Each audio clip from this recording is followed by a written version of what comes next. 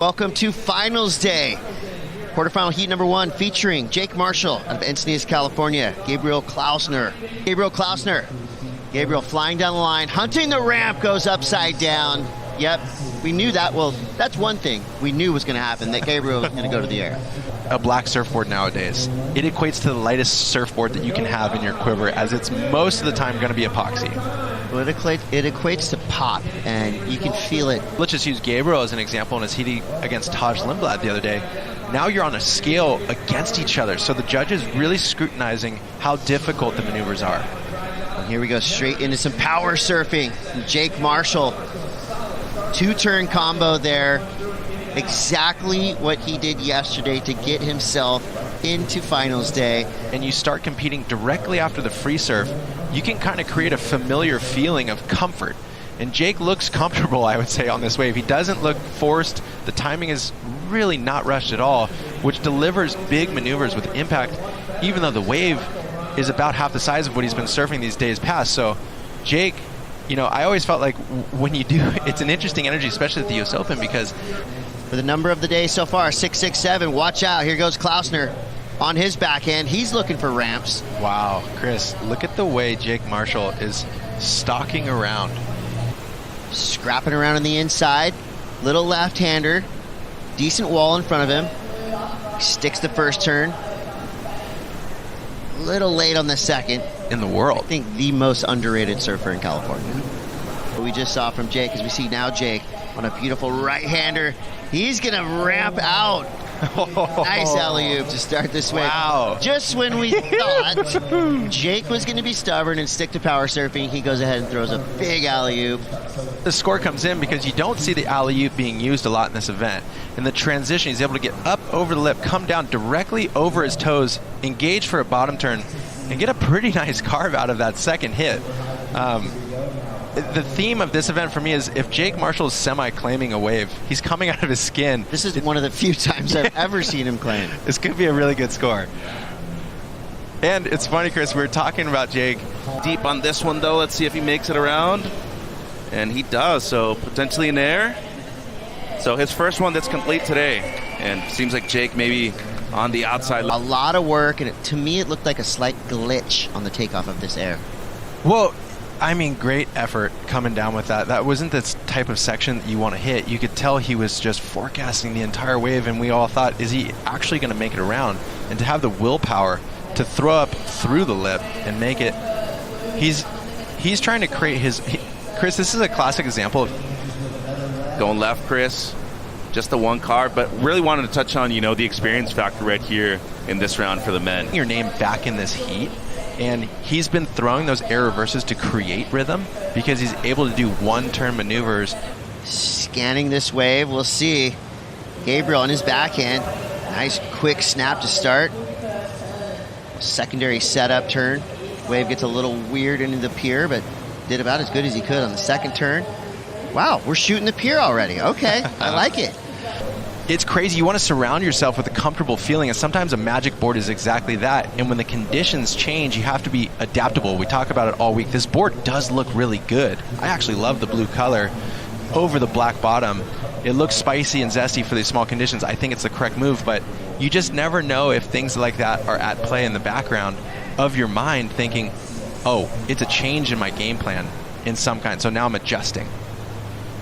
You know, as a surfer, something that is super cool to me.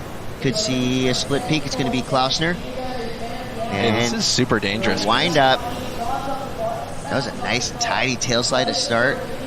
Kind of a late hit. I know Jake knows that he's not safe, but priority is going to be vital today. He's ready to throw those X-Factor maneuvers down.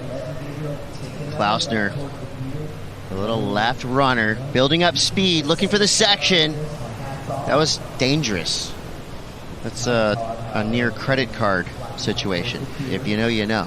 And Jake's playing a really, it's a knife's edge game, because the more you allow Gabriel to ride waves like that, and not that kind of buzzer beater style that we've seen throughout the event. And here we go.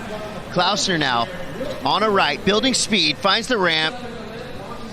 And I think tail high front three. Like right there, he assessed, okay, that doesn't have a 7.5 on it. And Gabriel throws a nose pick, which you just got to feel the stress for J.Marshall because this guy keeps swinging and swinging. But, like, again, Jake wasn't going to get the score on this wave, so he has to let it go. He has to assess that Gabe's not going to get it as well. But if this number tells a story, 3.5 for Klaussner. That was a cool air, but the judges have seen it before. Here we go now. Backhand on the 9th wave ridden for Klaussner. Yes. Second snap was wow. lethal. Wow. He's feeling it and just, again, showing the judges something totally different than he has. I love the way he kind of hits the e-brake on all of these bottom turns, gets really pivoty to maximize himself getting vert in the pocket, which ultimately throws up just a bucket load of spray. Jeez, I don't think he could have surfed this wave any better. I mean, look at the amount of spray this dude's throwing up. And really just expert timing, perfectly placed. Oh, wow. A little pivoty, you know, when you like, yeah. There's a lot of spray, so there is power there, but there is a difference between a back. Crafty for Gabriel to keep that inertia, but he needs to really pop up over and get himself onto the 7.5s. And I just don't know if this is the strategy of continuing to ride these waves or wait for the set waves, but we'll see. Maybe he's going to produce something on the inside. He is that type of a surfer where he gets the right section inside here. We could see something special. I mean, win or lose, he's selling me this board. I'm like, wow, with a minute left. So Jake out the back, all alone. Oh, big tail slide, quick snap. So this is most likely going to be a victory lap run for J.Marshall. Lives right down the road in Encinitas, California, a certified lot troll. And he's been here before. He's had huge results in Huntington Beach. And it looks like he's on to another.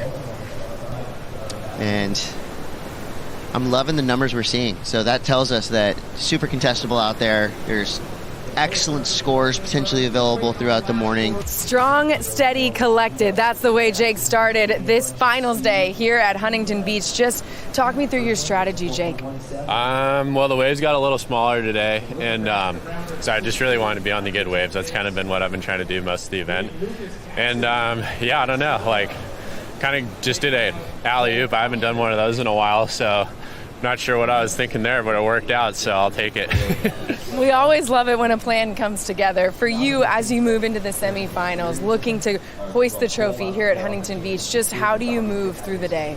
Yeah, I'm just going to try to stay calm and relaxed, and I feel like my game plan has been working, and me and Chris have been doing a good job of identifying like what we're trying to do against our competitors. So, yeah, just going to enjoy it and have fun, you know, get surf finals day all the time, so just to have fun with it, and hopefully can make a couple more heats. We'll see you in the semis. Thank you.